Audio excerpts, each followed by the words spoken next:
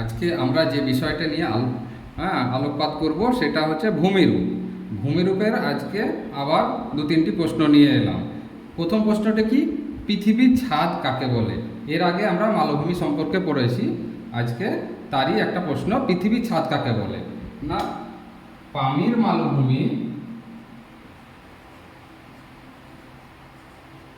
পামির মালভূমি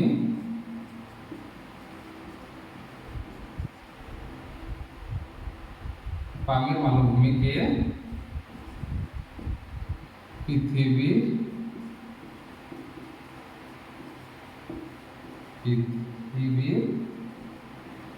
ছাদ বলা হয়। এক কথা এটা উত্তর, পামির মালভূমিকে পৃথিবীর ছাদ বলা হয়। এর পরবর্তী প্রশ্ন সমভূমি থেকে। সমভূমি কি না, তো ভূপৃষ্ঠের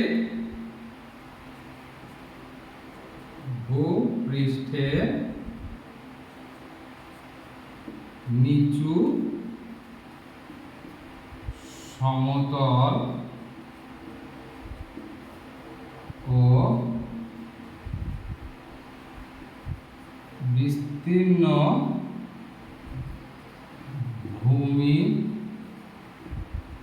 ভূমির রূপকে সমভূমি বলে। এক লাইনে হয়ে গেল। এর একটা উদাহরণ আমরা দিয়ে দেব, যেমন গাঙ্গেয় সমভূমি। গাঙ্গেয় সমভূমি,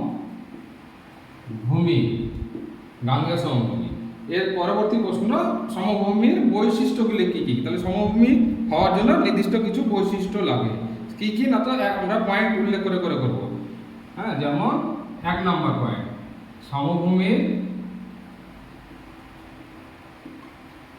সমভূমির উচ্চতা খুব বেশি হয় না, এটা একটা বৈশিষ্ট্য। আবার 2 নম্বর লিখব, সমভূমি সাধারণত 300 মিটারের নিচু হয়। এর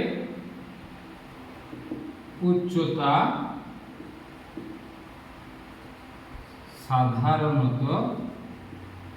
সাধারণত 300 মিটার এর কম হয়, এই হিসেবে লিখব, কম হয়। 3 নম্বর কি দেব, সমভূমির উপরিভাগ এর উপরিভাগ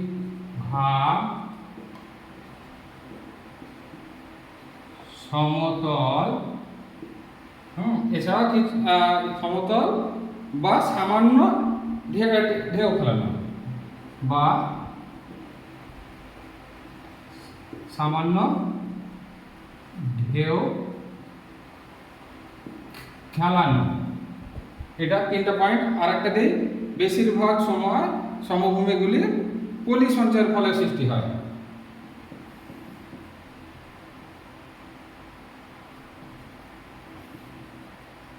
বেশিরভাগ সময় এগুলি পলি সঞ্চয়ের ফলে সৃষ্টি হয়। বাস, এই 4টে পয়েন্ট দিয়ে যথেষ্ট। তাহলে বোঝা গেল আজকের এই 3টে প্রশ্নের উত্তর।